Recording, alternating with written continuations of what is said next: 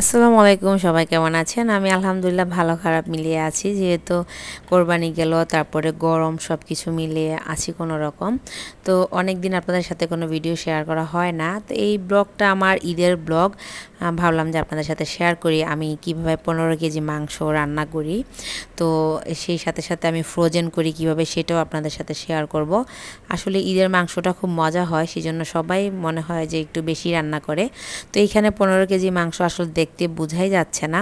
তো প্রথমে আমি মাংসগুলো ভালো করে ধুয়ে নিয়েছি, তারপরে ঝুড়িতে রেখে পানিটা ঝরিয়ে নিব। এরকম বড় বড় চাকচাক মাংস আমার আসলে ছোট পিস ভালো লাগে না, আমি সব সময় মাংসের পিস একটু বড়ই করি।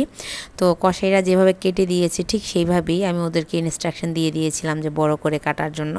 তো বাসায় এনে আর কাটাকাটি করা হয়নি। তারপরে এইখানে এই যে মাখামাখির কাজটা আমি করিনি, কারণ আমার খুব হাত জ্বলে সেজন্য। তো এখানে ফার্স্টে আমি হলুদ দিয়ে দিলাম, তারপরে পেঁয়াজ দিয়ে দিলাম। তো পরিমাণটা আসলে আপনারা বুঝে নেবেন। তারপরে এলাচ, দারচিনি, লং, গোলমরিচ, তারপরে এখানে লবণ, এখানে আমি রসুন বাটা, তারপরে রসুন বাটা দিয়ে ভালো করে একটু মেখে নেব। আর এইখানে আদা বাটাও দিয়ে দিব। সরি ভিউয়ার্স, আসলে রাত অনেক হয়ে গেছে, ভয় জোগাড় করতেছি, সেই জন্য একটু কথা আটকে যাচ্ছে। তো এখন ভালো করে মেখে নেবেন। আসলে মাংস যত ভালো করে মাখানো যায় টেস্টটা ততই ভালো আসে। আর আমার কাছে মনে হয় যে মাংসের পিস যদি একটু বড় হয় তাহলে খেতে অনেক ভালো লাগে। তো 15 কেজি মাংসের মধ্যে আমি এখানে 1 লিটার তেল ইউজ করেছি। আমার কাছে মনে হলো যে 1 লিটার তেলই এনাফ। আর আমার এবার কোরবানির যে গরুটা ছিল সেটাতে আসলে চর্বি খুবই কম হয়েছে। তো যাই হোক, আমি এখানে সব মশলা দিয়ে খুব ভালোভাবে মেখে নিব। আর এখানে ম্যারিনেট করার কিছুই নেই, যেহেতু কোরবানির মাংস। তো ভালো করে মেখে ঝেঁকে তারপরে এখানে একটু হালকা একদম সামান্য পানি দিয়ে তারপরে বসিয়ে দিব। এই যে আমি চুলায় বসিয়ে দিলাম। এই যে হাঁড়িটা দেখলেই বোঝা যাচ্ছে যে এখানে অনেক মাংস নিয়েছি, আর পাতিলটাও অনেক বড়। আসলে আমি আগে 20 কেজি রান্না করতাম, এখন একটু কমিয়ে দিয়েছি, কারণ এখন আর ওই রকমভাবে মানে খাওয়া হয় না। তো তারপরও এখানে 15 কেজির মতো মাংস আসলে নাড়াচাড়া করতে অনেক কষ্ট হচ্ছিল। আমি একটা মোড়ার উপর উঠে তারপরে নাড়াচাড়া করতেছিলাম। তো যাই হোক ভিউয়ার্স, মাঝখানে একটা কথা বলে নিচ্ছি। আমার এই ইউটিউবিংয়ের মানে আজকে এতটা বছর বা এই পথ পর্যন্ত আমার কোনো হেটার্স নেই। আলহামদুলিল্লাহ আমি একজন হেটার্স পেয়েছি, আমার একটা ভিডিওতে সে খুব ব্যাড কমেন্টস করেছে। তো আল্লাহ তাকে হেদায়েত দান করুক। আমি তাকে চিনি এবং জানি, আমি তাকে আইডেন্টিফাইও করেছি।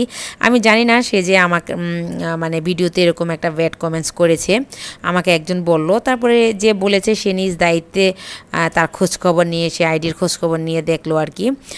তো আমি আর কিছুই আর এখানে বললাম না। সে যদি বলে তাহলে আমি তার নাম, ছবি টবি সহ একবারে প্রকাশ করব। তো যাই হোক, আলহামদুলিল্লাহ আমি একজন হেটার্স পেয়েছি, কারণ হেটার্স যত ব্যাড কমেন্টস করবে আমার ভিডিও তত ভাইরাল হবে।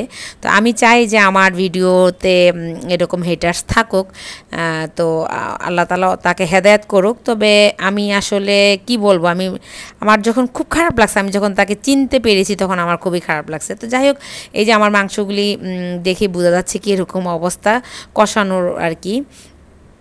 তো এত সুন্দর একটা ফ্লেভার আসছে আসলেই। তো আমাদের এর ফাঁকে খাওয়া দাওয়া, রান্না টান্না সবই কমপ্লিট। আসলে ভিডিওগুলো আর আপনাদের সাথে শেয়ার করতে পারিনি, কারেন্ট চলে গেছিলো হঠাৎ করে, আর ভিডিও করতে পারিনি, কাজের ব্যস্ততার মাঝে আর ভিডিও করা হয়নি। তো এখন আমি মাংসটা ফ্রোজেন করব। তো ফ্রোজেন করার জন্য এরকম বক্স নিয়ে নিয়েছি। এখন হয়তো ভাববো, অনেকেই বলবেন যে এত তেল, আসলে তেল অত বেশি না, কারণ যেহেতু আমি ফ্রোজেন করব তেলটা একটু বেশি রেখে গরম করার সময় যাতে কোনো সমস্যা না হয় একটু তেল বেশি রাখবেন। তো আমি যেহেতু বক্সে বক্সে রাখবো সেই সুবাদে তেল অত একটা বেশি না, একদম পারফেক্ট। যেহেতু 15 কেজি মাংসের মধ্যে 1 লিটার তেল দিয়েছি, এটা মনে রাখবেন, এটা একটা আইডিয়ার ব্যাপার। তো যাই হোক, এখন খাওয়া দাওয়া শেষ করে সবাইকে সব কিছু ডিস্ট্রিবিউশন করে এখন সন্ধ্যা হয়ে গেছে একদম। আমাদের তো 12টার মধ্যে সব কিছু কমপ্লিট হয়ে যায় ইনশাল্লাহ, মাশাল্লাহ। তো যাই হোক ভিউয়ার্স, আমার কথাবার্তা কোনো ভুল ত্রুটি হয়ে থাকলে অবশ্যই ক্ষমা করে দিবেন।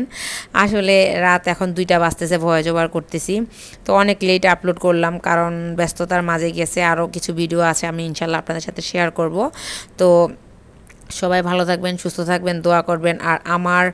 আর এই রেসিপিতে চেষ্টা করবেন সবাই একটা মানে রেসিপি রেডি করার জন্য 15 কেজিতে কতটুকু লাগে সব মশলা, বা সবচেয়ে বেশি ইম্পর্টেন্ট হলো তেল। তো তেলটা আমি এখানে 1 লিটার ইউজ করেছি, সেটা তো আপনাদেরকে বলেই দিলাম, এটা একটু মাথায় রাখবেন। আর সব মশলাই আমি পরিমাণ মতো করে নিয়েছি বা পরিমাণ মতো দিয়েছি। এখন আপনাদের কতটুকু রান্না করবেন সেটার উপরে ডিপেন্ড করবে।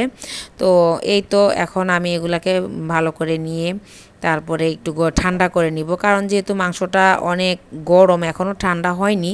তো এই পাতিলে আমি কিছু নিয়ে নিলাম আমাদের খাওয়ার জন্য, কারণ যেহেতু আমি বেশ অনেকখানি রান্না করেছি, তো বক্সে কিছু রাখবো, তারপরে কিছু খাওয়ার জন্য রাখবো।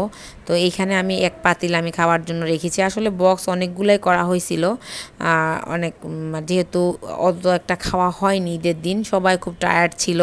আসলে কেন জানি না এবার সবাই অনেক টায়ার্ড ছিল, কাজ তেমন একটা করা হয়নি, যেহেতু কষাইলে সব কিছু করে দিয়ে যায়। তারপরও জানি না কেন জানি এবার অনেক টায়ার্ড ছিল সবাই। তো যাই হোক, আমরা আসলে রোজা ছিলাম।